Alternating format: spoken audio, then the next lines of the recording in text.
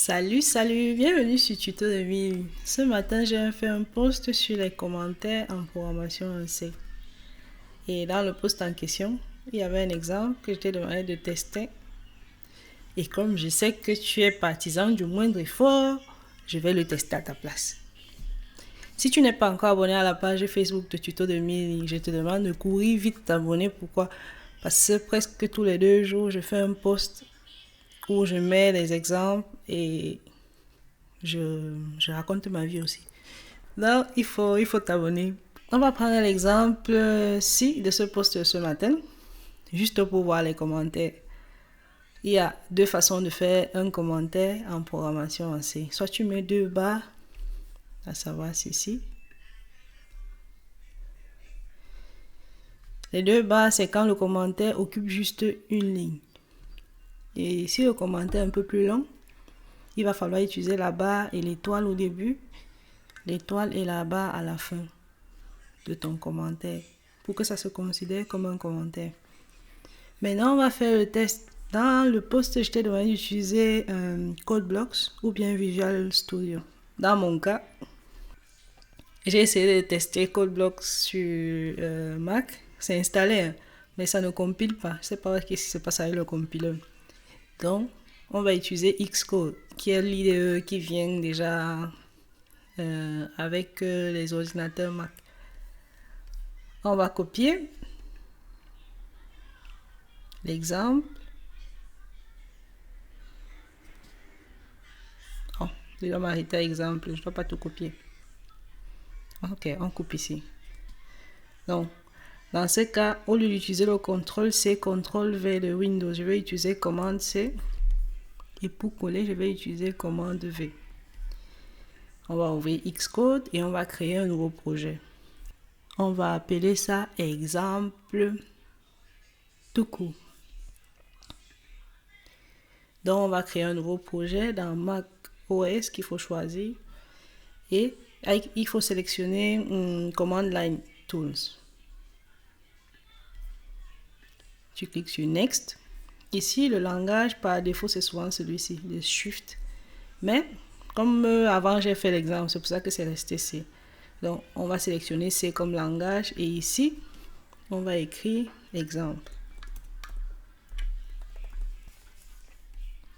On clique sur Next. On va garder ça dans mes documents. Et c'est déjà créé. On va ouvrir le main. Tous les mains viennent toujours avec ce code-ci par défaut.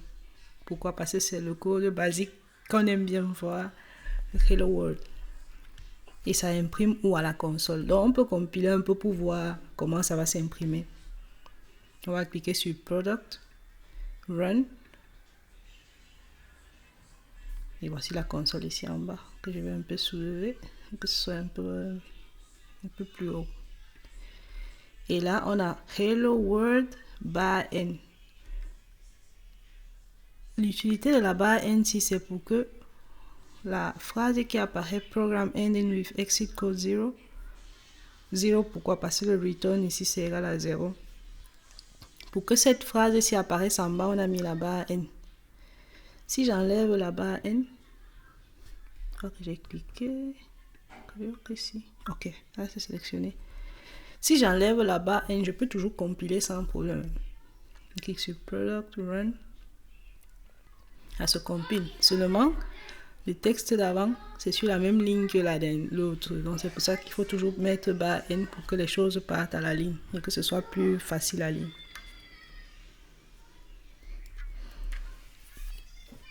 Et donc, on est venu ici pour faire quoi? On est venu ici pour tester notre code qu'on a copié. Donc, on va enlever ceci. Ou on va le commenter. On peut le commenter. Bon, je vais faire quelque chose. Je vais commenter. Comme ça, tu vois ce qu'on appelle commenter sur plusieurs lignes. On commence par ici. On fait la barre étoile.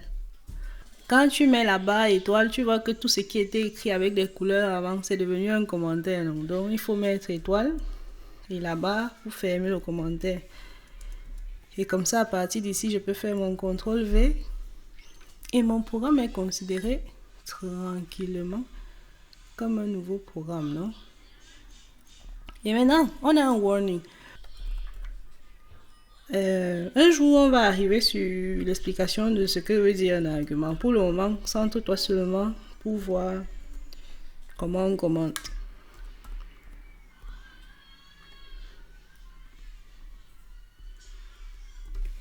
Ok. Avec ça, on n'est plus sur le warning. Le warning disparaît. Donc, il n'y a pas de problème.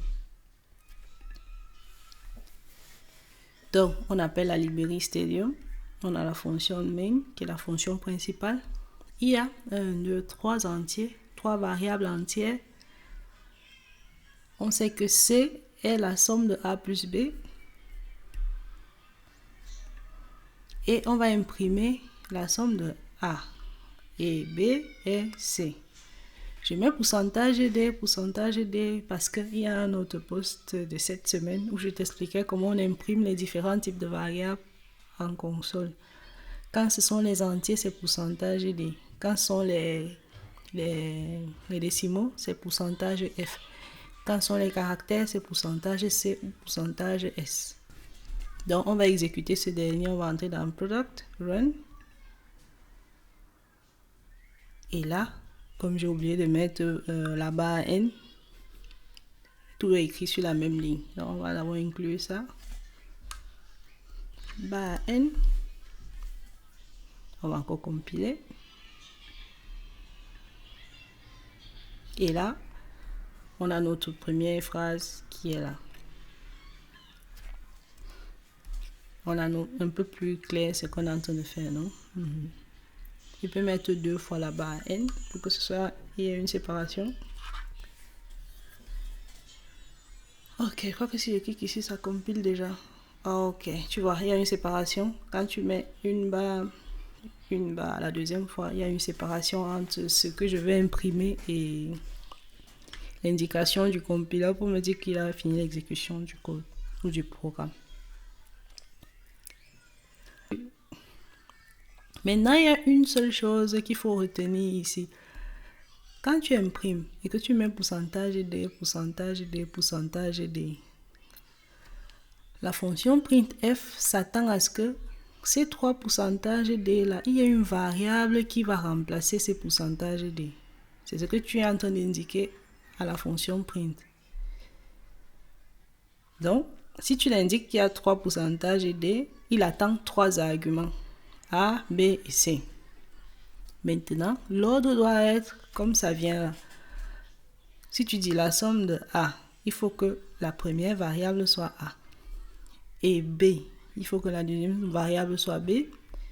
Et C. La troisième variable doit être C. Parce que si au contraire, tu mets B ici, tu mets C ici, et tu mets A en dernier, ta phrase va perdre le sens. On va exécuter, on va voir ce que ça donne. Le fait qu'on ait changé l'ordre fait que quoi? La somme de B qui est égale à 6 et C qui est égale à 11 et A qui est égale à 5. La somme de 6 plus 11 n'est pas 5. Tu vois que ta phrase a perdu le sens. Donc, il faut faire attention avec l'ordre avec lequel on place les variables dans un print. F. On va retourner A,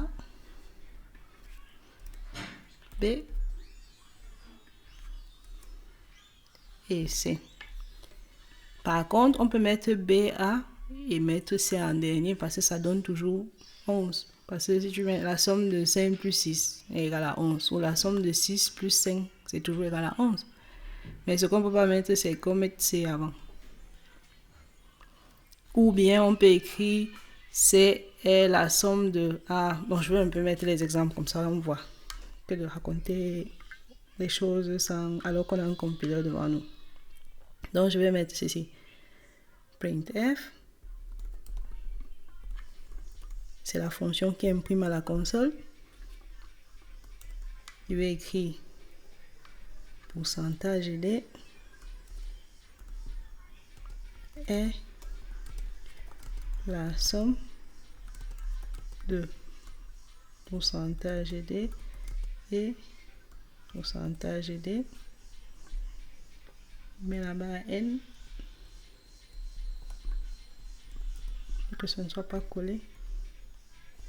Et là, je vais changer l'ordre. Dans ce cas, il va falloir commencer par C.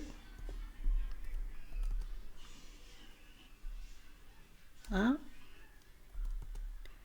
et B. Quand j'écris ça, tu vois qu'il y a une erreur, non? Pourquoi? Parce que dans la programmation en C, il faut toujours finir les expressions avec un point virgule. Après avoir mis point virgule, il n'y a plus de problème. Maintenant, on va compiler et tu vas voir la différence entre les deux. Product run. Le premier dit quoi? La somme de pourcentage D qui est remplacé par A, ça donne 5. Et pourcentage D qui est remplacé par B, ça donne 6. Et pourcentage C qui est la somme de A plus B, et là la 11. Dans la deuxième ligne qu'on va imprimer, on va plutôt faire l'inverse. On va dire que 11, pourcentage D, le premier D c'est C, est la somme de A et B. Donc, c'est écrit A qui est 5 et B qui est 6. On a vu les commentaires. Lorsque c'est sur une seule ligne, on utilise 2 barres. Lorsque c'est dans plus d'une ligne, comme le programme qu'on avait avant, qu'on n'a pas voulu effacer, on a mis une barre au début et une barre à la fin. Et c'est tout pour la vidéo. Comme j'ai dit, si tu veux savoir plus et apprendre plus, abonne-toi sur Facebook parce que là-bas, il y a plus de publications que sur YouTube. Passe une bonne journée. Bye bye.